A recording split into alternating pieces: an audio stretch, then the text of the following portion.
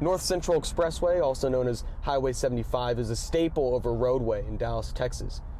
Originally built back in the 1950s, this was Dallas's first ever freeway, connecting roughly 30 miles up north in McKinney to downtown Dallas right behind me in the south. However, as with most roadways built during and around the time of the interstate highway system, this specific freeway sought to do two main things, one good and one objectively bad. Number one, it allowed for easy transport into downtown Dallas, and number two, it destroyed one of the largest black communities at the time in Dallas.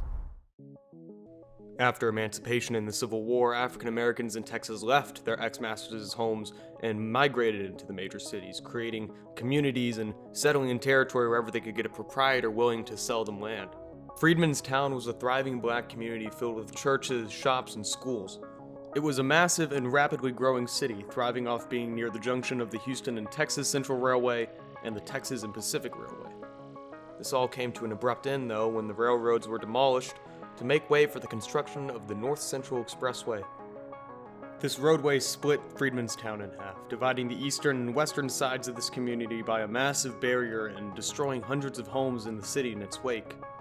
Many residents of Freeman's Town migrated to South Dallas as the community began to crumble. Fast forward 4 decades after the opening of the North Central Expressway, and this once game-changing roadway was now in shambles and in desperate need of a remodel and expansion. As work began on expanding this roadway, a local Dallasite alerted the city that there was something hidden underneath the old North Central Expressway. A cemetery, smothered by asphalt and concrete. The original freeway not only split Freeman's Town in half, but also partially destroyed a local black cemetery. Since it's illegal in Texas to cover a gravesite, efforts began on moving the remaining bodies and coffins not destroyed by the construction of the expressway to a new location, which leads us here.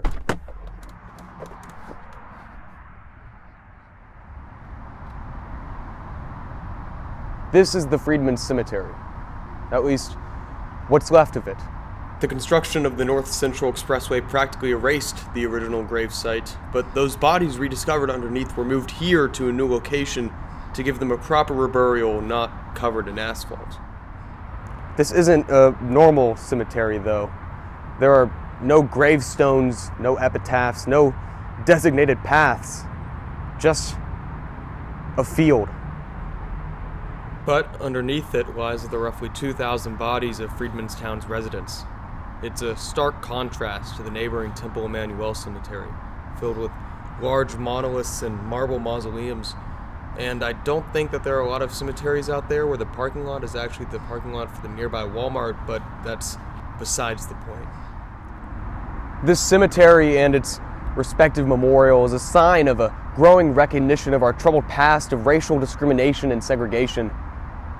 But it's also a reminder of how our government legally tore apart black communities, leading to this socio-economic ripple effect that still affects African Americans today.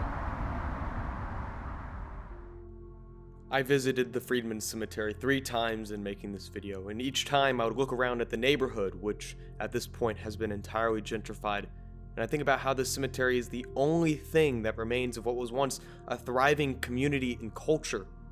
Underneath this field lies what was at the heart of this community, the people. Those faces attending the opening of the Dunbar Library, the faces of the men who ran the Allen Street Taxi Company. These faces are now here, and if it wasn't for that one concerned citizen, they'd be gone. Gentrification is still destroying communities like Freedman's Town today, but I hope that we will never have to build another memorial like this again.